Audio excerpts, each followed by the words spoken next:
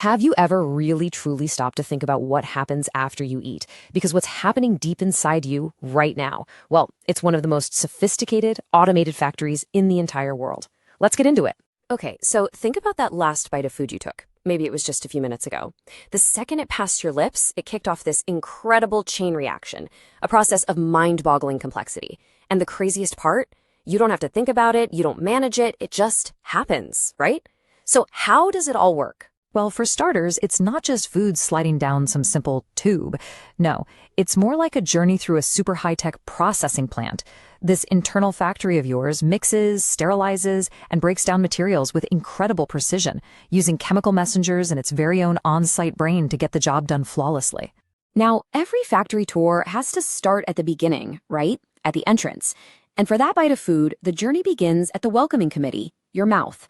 This is where the raw materials first get checked in for some initial processing. We're going to follow that one bite of food on its entire journey.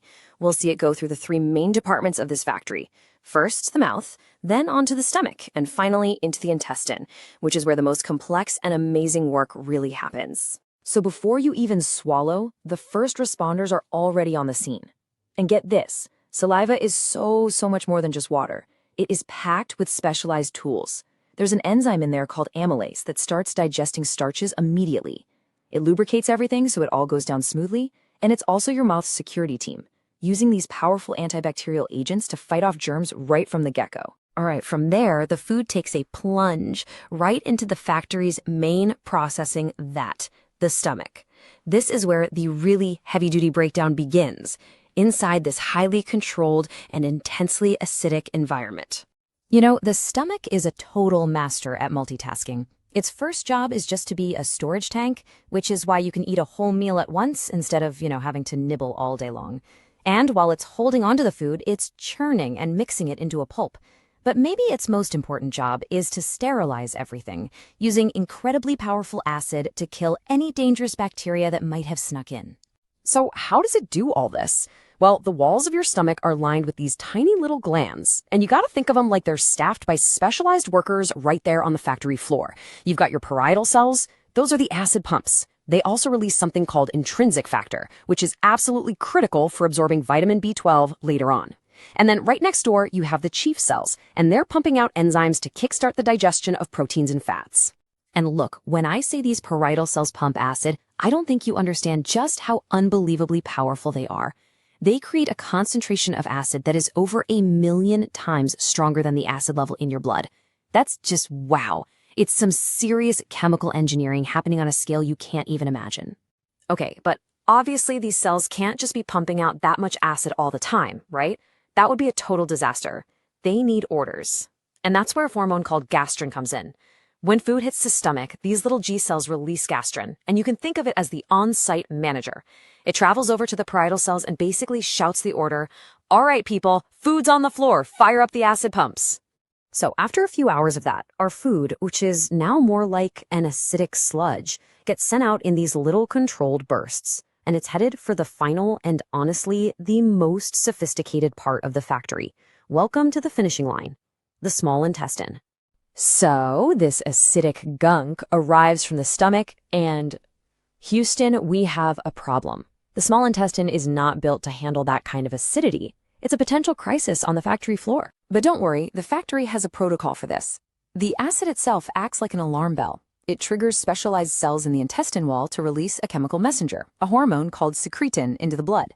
It's basically an SOS, an urgent call for backup. And this, right here, is where you see the genius of the whole system. Secretin travels to a nearby organ, the pancreas, and delivers its urgent message. The pancreas immediately responds by releasing a flood of bicarbonate fluid, which is pretty much nature's Tums, right, to completely neutralize that stomach acid. The environment is now safe for work to continue. Okay, but that's not all that's happening. At the very same time, something else is going on.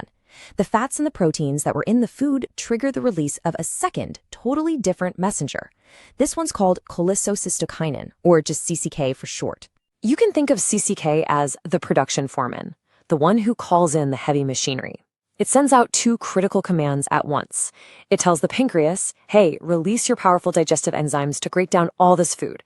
And it signals the gallbladder to release bile, which is absolutely essential for digesting fats. So just look at this beautiful, elegant system you've got. Secretin is the safety manager, screaming, neutralize the acid now. And at the same time, CCK is the production manager, shouting, release the enzymes and digest the food. It's perfect.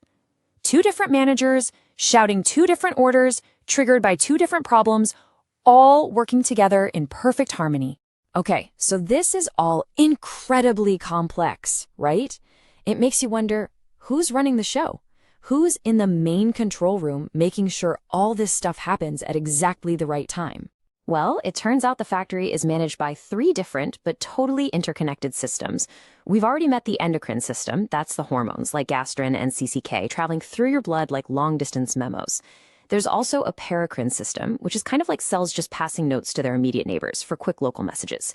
And then there's the third one, which honestly, this one is the most mind-blowing of all, a dedicated nervous system.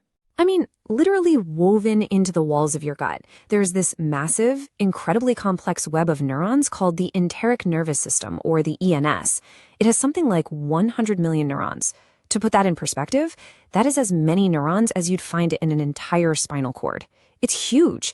And the most incredible part, it runs almost completely on its own, without needing instructions from your actual brain. And that's exactly why scientists have a nickname for it. They call it the little brain. Your gut has its own intelligence.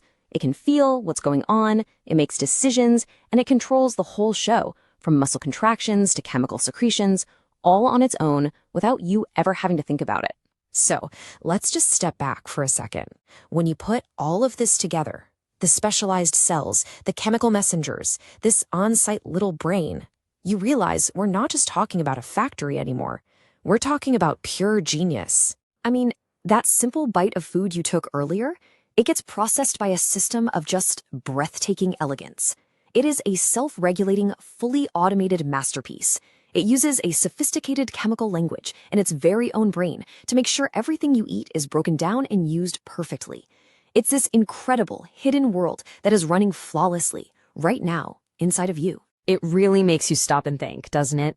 If your body is pulling off this level of genius just to digest your lunch, what other hidden masterpieces is it performing right now without you even having a clue?